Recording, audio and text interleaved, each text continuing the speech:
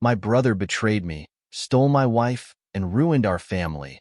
But karma hit harder than I ever could, and my name is Sam, and if anyone had told me how my childhood would shape the man I'd become, I probably wouldn't have believed them. I grew up in a small town in Indiana, a place where the air was thick with the smell of freshly tilled fields, and everyone knew everyone else's business. My younger brother, Tyler, and I lived in a modest two-story house with our parents, Martha and Gerald. From the outside, we looked like an average family, but inside, there was always a clear divide. A golden child and the other one. Tyler was the star of our household. Even as a kid, he had this magnetic personality that drew people in. He was loud, confident, and always the center of attention. My mother adored him. She would dote on him endlessly, cooking his favorite meals, doing his laundry, and even cleaning his room well into his teenage years. Meanwhile, I learned early on that if I wanted something done, I'd better do it myself. I wasn't bitter about it, at least not at first. I liked being independent and didn't crave the spotlight. But Tyler's charm came with a dark side that I bore the brunt of. Even as a child, Tyler knew how to manipulate situations to his advantage. He was cunning in ways that I couldn't have imagined at the time. If he wanted my toys, he'd break his own and then claim I had refused to share. My mom, ever the peacemaker, would scold me for not being generous enough. When Tyler started school, he brought his antics there too. Teachers adored him for his charisma, but I knew the truth. He was a master at playing innocent while stirring up trouble. By the time we were in middle school, his antics had escalated. Tyler developed a knack for finding my weaknesses and exploiting them. He'd tease me relentlessly about wearing glasses, calling me four eyes in front of his friends. He even spread rumors about me at school, which only made it harder to escape the bullying I already endured. When I came home bruised and humiliated, my mother would shrug and say, "Boys will be boys." One incident sticks out clearly. I was 13, and Tyler was 11. One Saturday morning, I poured myself a bowl of cereal, looking forward to a quiet breakfast before starting my homework. As I bit into a spoonful, I heard a crunch that wasn't quite right. Spitting it out, I realized there were small pebbles mixed in with my cereal. I was horrified. Tyler, standing in the doorway, laughed so hard he doubled over. When I told my mom, she brushed it off as a harmless prank and said, "That's just how brothers bond." That was the day something shifted in me. I started seeing Tyler not just as a mischievous kid, but as someone who thrived on making my life difficult. In high school, things got even worse. Tyler's pranks turned into outright cruelty. He once read my private journal and told my mom about its contents, twisting the narrative to paint me as the problem. My complaints about his invasion of privacy were met with laughter. "It's not a big deal," my mom said dismissively. But the worst moment came when Tyler tried to set my hair on fire. We were arguing over something petty. I can't even remember what now, and Tyler, in a fit of rage, grabbed a lighter and brought it dangerously close to my head. I screamed and pushed him away just in time. My mom rushed into the room, and for the first time, I thought she might finally see Tyler for who he really was. Instead, she scolded me for overreacting and excused Tyler's behavior as just playing around. Surprisingly, it was my dad who stepped in. Gerald, who usually stayed out of our fights, told Tyler that his behavior had gone too far. He even threatened to call the police if Tyler ever did something so reckless again. For a brief moment, I felt a flicker of hope that someone in my family might see my side. That night, my dad came into my room, something he rarely did. He sat down on the edge of my bed, his face unusually serious. "Sam," he began, "I've been too lenient with Tyler because I thought he'd grow out of this behavior. But I'm starting to see that he's becoming a bully." Hearing those words from my dad, a man who had always seemed to favor Tyler, was like a balm for my wounded spirit. I broke down and told him everything. The teasing, the pranks, the bullying at school. My dad listened intently, his expression darkening as I spoke. The next day, he went to the school and demanded action against the kids who had been tormenting me. For the first time, I felt like someone in my corner was willing to fight for me. That same week, my dad enrolled me in a local martial arts class. "You need to stand up for yourself, Sam," he told me. At first, I was hesitant. The idea of me, a skinny, bespectacled bookworm, learning to fight seemed ridiculous. But the classes were transformative. I not only learned how to defend myself physically, but also began to gain a confidence I had never known before. One day, Tyler pushed me too far. He had stolen my allowance, which I had been saving for weeks to buy a new set of books. I caught him red-handed just as he was about to leave the house. "Give it back," I demanded. Tyler smirked and said, "What are you going to do about it, Sam? Run crying to Dad?" Something in me snapped. Before I knew it, I had punched him square in the jaw. Tyler staggered back, shocked. I grabbed my money from his pocket and walked away, leaving him on the floor clutching his face. The look of disbelief on his face was priceless. When my mom found out, she scolded me for not being a good role model. But my dad, for once, didn't side with her. He told Tyler, "You're lucky Sam didn't do worse. You stole from him, and he has every right to stand up for himself." From that day on, something changed between Tyler and me. He stopped his physical bullying, though his verbal jabs didn't completely disappear. For the first time, I felt like I had some semblance of power in our relationship. Still, I knew the peace wouldn't last forever. Looking back, those years were like a storm building on the horizon. I thought I had weathered the worst of it, but I had no idea just how much darker things would get. Leaving home for college felt like stepping out of a storm into the calmest day I'd ever known. I packed up my belongings and said my goodbyes to my family in a mix of relief and apprehension. My dad, Gerald, seemed genuinely proud as he hugged me and told me to do my best. My mom, Martha, had tears in her eyes, though I could tell they were more about losing Tyler's buffer than seeing her eldest son off to college. Tyler, of course, didn't bother to show any emotion. He leaned against the kitchen counter, scrolling through his phone, and muttered a half-hearted "good luck, I guess." I was heading to Ohio State University, a few hours away from our small Indiana town. It wasn't just the scholarship that had made it possible. It was my ticket to freedom. I spent the drive daydreaming about the life I wanted to create, one that wasn't defined by Tyler's shadow or the suffocating dynamic of my family. The first few weeks at college were liberating. I found myself surrounded by people who didn't know me as the nerdy older brother or the kid Tyler tormented. I made friends with my roommates, joined study groups, and even started exploring hobbies I'd never had the chance to pursue back home. For the first time, I felt like I could breathe. It was during my sophomore year that I met Laura. She was everything I didn't know I needed: confident, kind, and sharp-witted. We met at a party one of my roommates dragged me to. I was nursing a soda in the corner, trying to avoid the chaos of drunken students, when Laura approached me. "You look like you'd rather be anywhere else," she said with a smirk. I laughed nervously. "Not a big fan of loud crowds, I guess." "Then why are you here?" she asked, genuinely curious. "My roommate insists I need to be more social." Apparently, sitting in the library every night doesn't count as a college experience. Laura laughed, a sound so genuine and warm that I couldn't help but smile. "Well, if you ever want to skip the noise, there's a great coffee shop downtown. They have the best chai latte. I could show you sometime."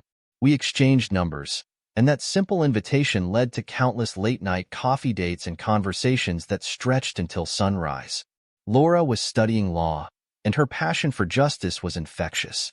She made me believe in my own potential in ways I hadn't before. By the time we graduated, we were inseparable. I had landed a job offer at a marketing firm in Columbus, and Laura was preparing for law school. Then life threw us a curveball. Laura found out she was pregnant.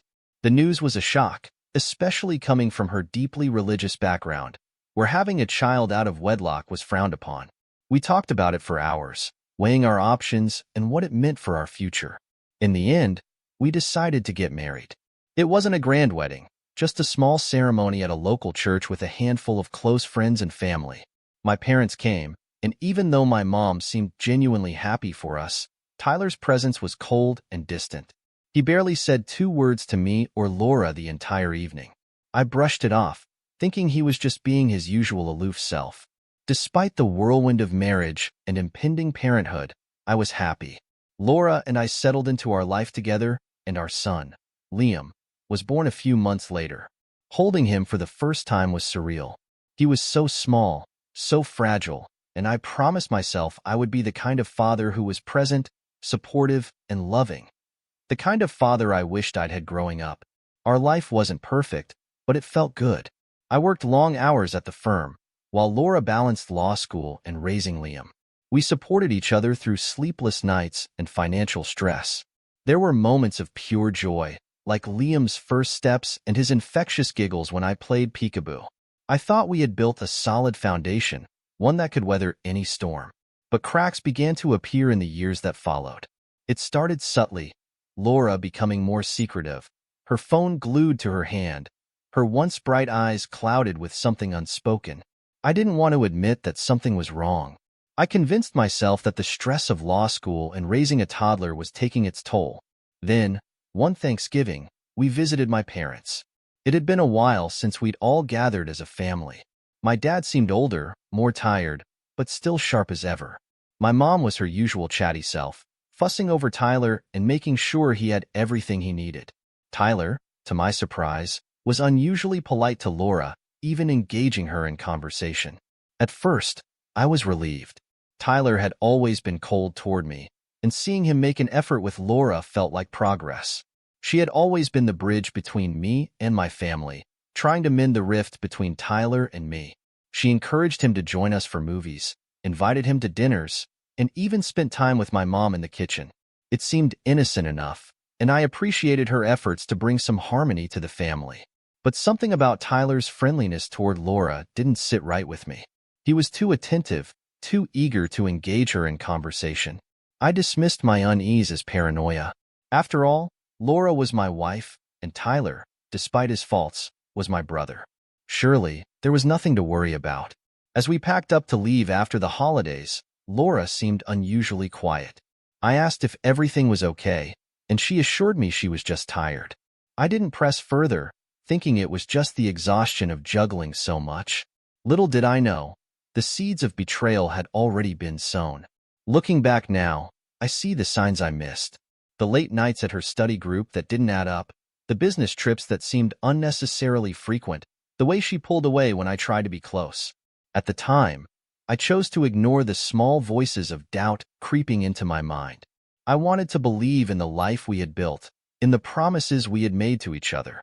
But as I would later learn, no matter how tightly you try to hold on to something, the truth has a way of slipping through your fingers, unraveling everything you thought you knew. It wasn't a single event that shattered my world. It was a series of moments, small at first, that snowballed into something I could no longer ignore. Laura's late nights at work, her growing disinterest in our conversations, and the way she always seemed to be texting someone. It all felt off. I told myself it was just the stress of life catching up to us. Between raising Liam, her law school obligations, and my long hours at the firm, we barely had time for each other. That's what I told myself, anyway. The first undeniable crack appeared a few months after Liam's 4th birthday. Laura had been particularly distant that week, and I decided to surprise her at her office with lunch. It was something I hadn't done in a while, and I hoped it might remind her of the early days of our relationship when we'd steal moments together despite our busy schedules. When I arrived, her assistant greeted me warmly but hesitated when I asked if Laura was in her office. "She's not here right now," the assistant said, glancing at her watch. She mentioned she had a client meeting out of the office. Something about the way she said it didn't sit right with me. Laura hadn't mentioned a meeting that morning, and it wasn't like her to leave without telling me, especially since I'd mentioned I might drop by. I thanked the assistant and left, my mind racing with questions. That night, when Laura got home, I asked her casually about her day. She mentioned nothing about an off-site meeting. When I pressed her, she paused, then quickly changed the subject. It was subtle, but the unease in my gut grew. The real bombshell came a few weeks later. Laura sat me down after dinner, her hands trembling as she toyed with her wedding ring. "Sam, we need to talk," she said, her voice barely above a whisper. I could feel the air shift in the room, heavy with something I didn't want to hear. "What's going on?" I asked, trying to sound calm. She took a deep breath. "I haven't been honest with you. There's something you need to know." In that moment, every worst-case scenario flashed through my mind. But nothing could have prepared me for what she said next. "I've been seeing someone else," she admitted, tears streaming down her face. "And it's been going on for a while." I felt like the ground had been ripped out from under me. My mind scrambled to process her words, my heart pounding so loudly I could barely hear her as she continued. "It wasn't supposed to happen. I didn't mean for it to go this far. But it did." I forced myself to ask the question I already dreaded the answer to. "Who?" My voice cracked, and I hated how small I sounded. Laura hesitated, her eyes darting to the floor. "It's Tyler." The name hit me like a freight train. For a moment, I couldn't speak. My own brother.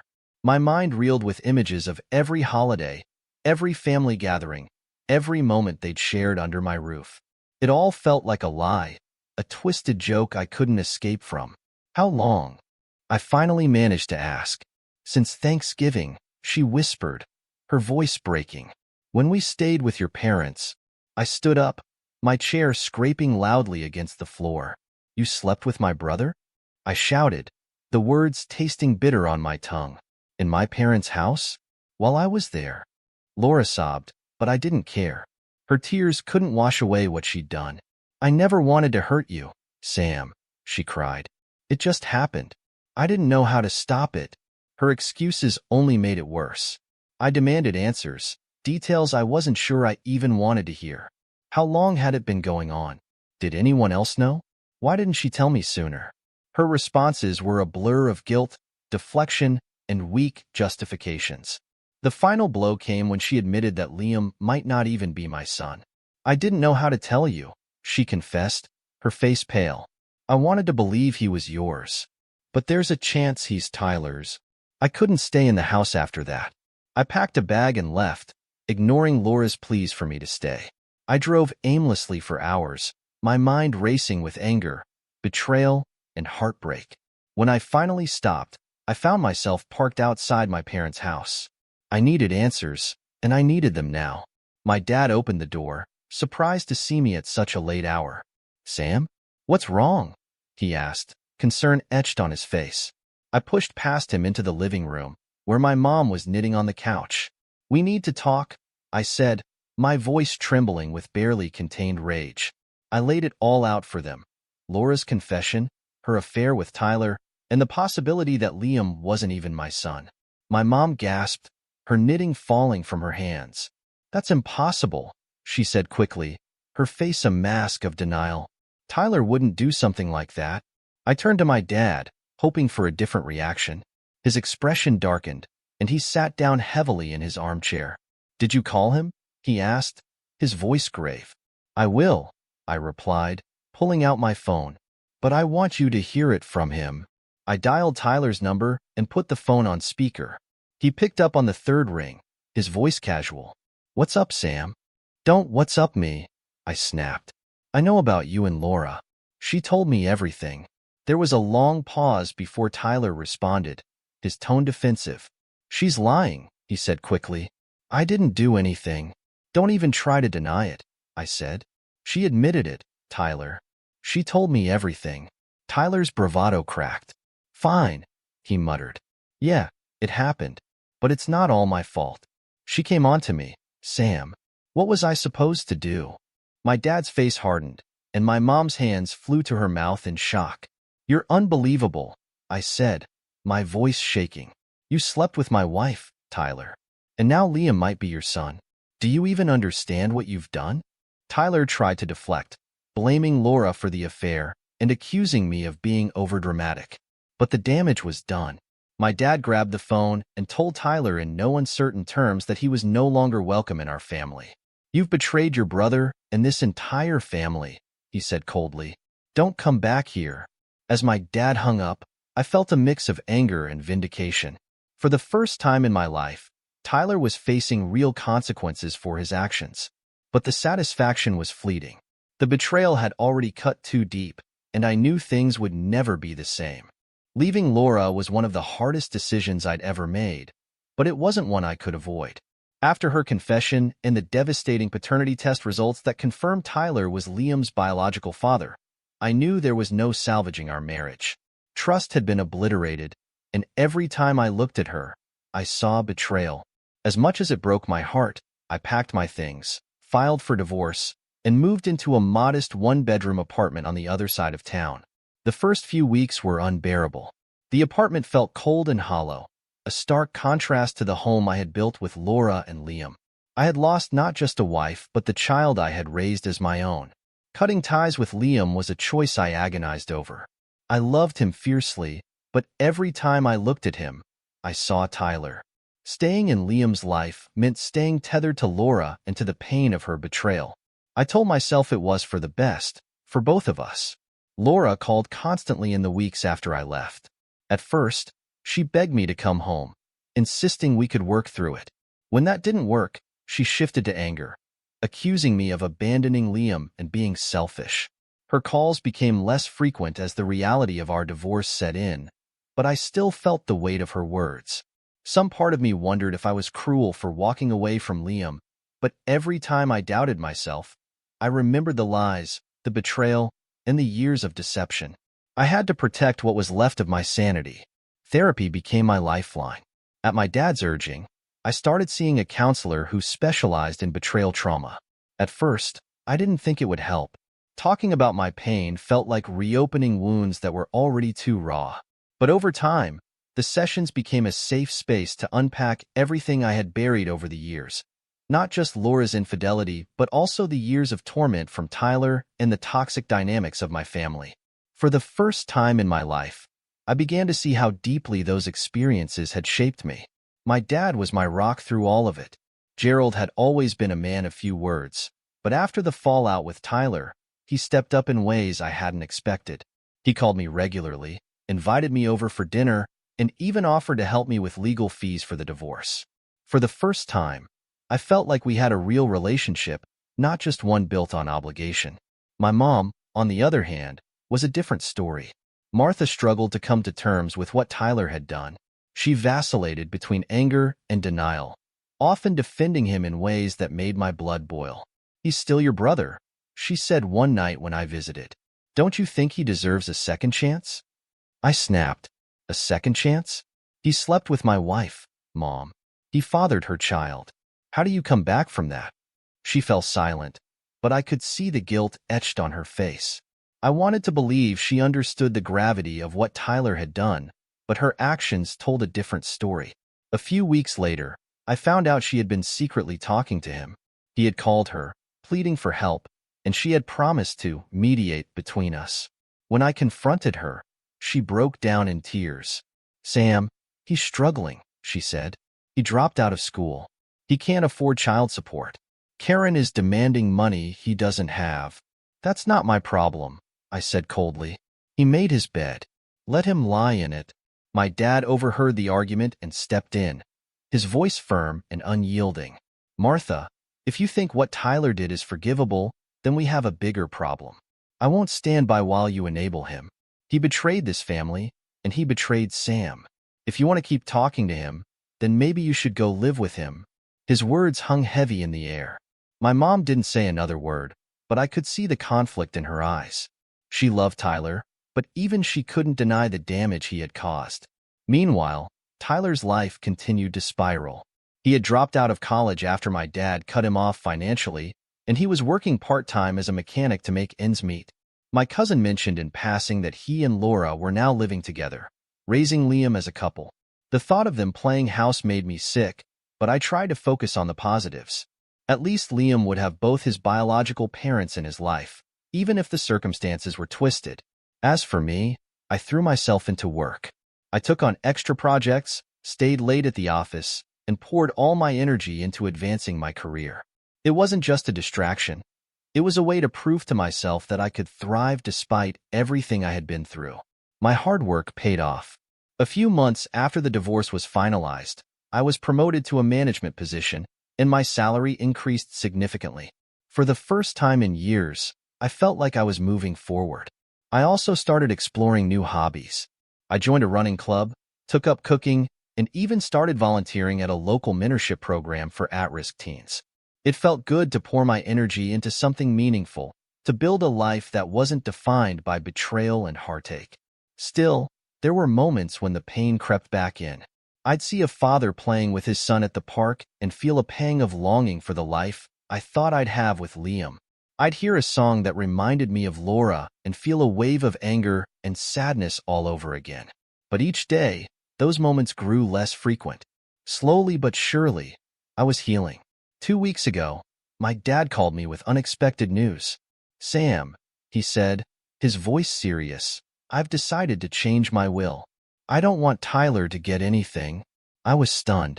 My dad had worked hard his entire life, building a small fortune through careful investments and saving. His estate was worth close to $2 million, and now he wanted to leave it all to me. "What about Mom?" I asked. "She'll still have the house as long as she needs it," he assured me. "But Tyler doesn't deserve a penny. He made his choices, and now he has to live with them." I didn't argue. My dad's decision felt like validation, a recognition of everything I had endured. But it also felt heavy, like a reminder of the family I had lost. A few days later, Tyler found out about the change. He called me, desperate and pleading for help. He said he couldn't make ends meet, that Laura was pressuring him for money, and that he couldn't do it alone. I laughed bitterly. "You should have thought about that before you slept with my wife," I said. Tyler's voice cracked as he begged me to talk to our parents, to convince them to forgive him. But I was done. "You're not my responsibility," I told him. "You made your choices.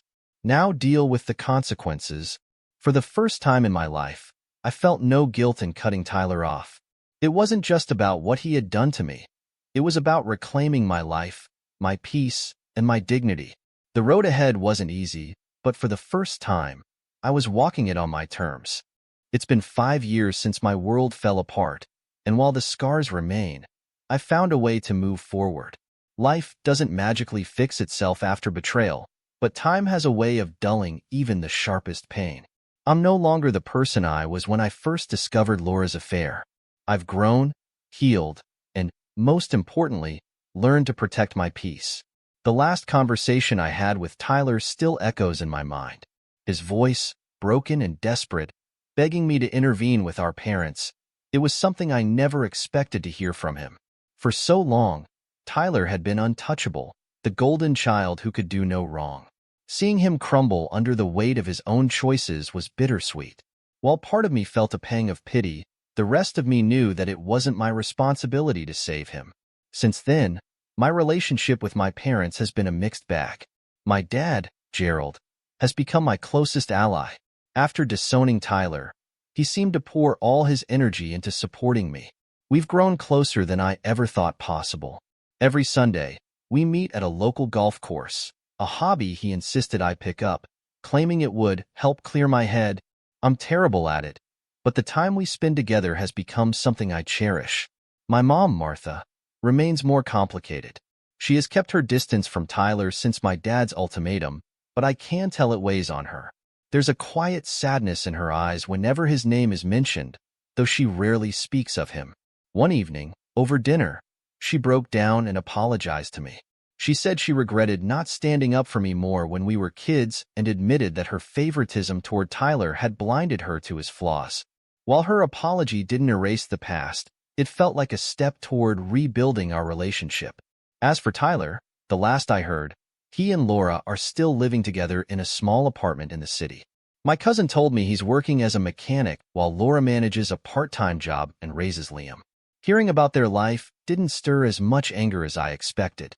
If anything, I felt detached, as though they belonged to a different chapter of my life, one I've since closed. The hardest part of moving on has been coming to terms with the loss of Liam. For 4 years, I raised him as my own, only to discover that he wasn't mine. Cutting ties with him was excruciating, but it was the only way I could truly heal. Laura reached out a few times after the divorce, pleading with me to stay in Liam's life. She insisted he needed a father figure and that I was the only real dad he'd ever known. But I couldn't do it. Every time I thought about seeing Liam, I imagined Tyler and Laura, the lies they told, and the betrayal they had orchestrated. It was too much. Therapy helped me unpack that guilt. My counselor reminded me that walking away wasn't a sign of weakness or cruelty. It was a way of protecting myself. I still think about Liam sometimes. I wonder if he remembers me, if he ever asks about the man he called Dad for the first years of his life. Maybe one day, when enough time has passed, I'll be ready to reach out. But for now, I need the distance. My career has flourished in the years since the divorce. The promotion I received shortly after the fallout propelled me into a leadership role at the firm, and I've since climbed even higher. The long hours and relentless focus on work have paid off, not just financially but emotionally. Building something for myself has been a source of pride and a reminder that I'm capable of standing on my own. Outside of work, I've thrown myself into new experiences. I joined a mentorship program for teenagers, many of whom come from difficult backgrounds. Sharing my story with them, leaving out the messier details, of course, has been surprisingly therapeutic. Watching them overcome their own challenges and grow into confident young adults has been one of the most rewarding things I've ever done. Dating, on the other hand, has been a slow process. I've gone on a few dates here and there, but nothing serious. Trust is still a hurdle for me, and the idea of opening myself up to someone new feels daunting. My therapist says it's okay to take my time, and I believe her. For now, I'm content with my own company, exploring hobbies like photography and hiking, and reconnecting with old friends I lost touch with during my marriage. My dad recently updated his will, finalizing the decision to leave everything to me. Tyler, unsurprisingly, was furious when he found out. He called our mom, begging her to intervene, but she held firm for once. My dad, ever the pragmatist, left Tyler exactly $1 in the will, a legal strategy to prevent him from contesting it. When he told me, I couldn't help but laugh at the irony. For years, Tyler had been the favorite, the one who could do no wrong. Now, he was the black sheep, and I was the one my dad trusted to carry on his legacy. Reflecting on the past, I've come to realize that forgiveness doesn't always mean reconciliation. I may never forgive Tyler for what he did, but I've stopped letting the anger consume me. Letting go of that bitterness has been freeing in ways I didn't think possible. As for Laura, I don't think about her often. She made her choices, and I've made mine. Our paths diverged the day I walked out of that house, and I don't see them crossing again. Looking ahead, I feel hopeful for the first time in a long while. Life isn't perfect, and it never will be, but it's mine. The pain, the betrayal, and the loss, they've all shaped me, but they don't define me. I've built a life filled with purpose, surrounded by people who truly care about me, and for that, I'm grateful. As I sit here in my apartment, watching the sun set over the city skyline, I feel a sense of peace I never thought I'd find. The shadows of the past may always linger, but they no longer control me. This is my life, my story, and I'm determined to make the most of it.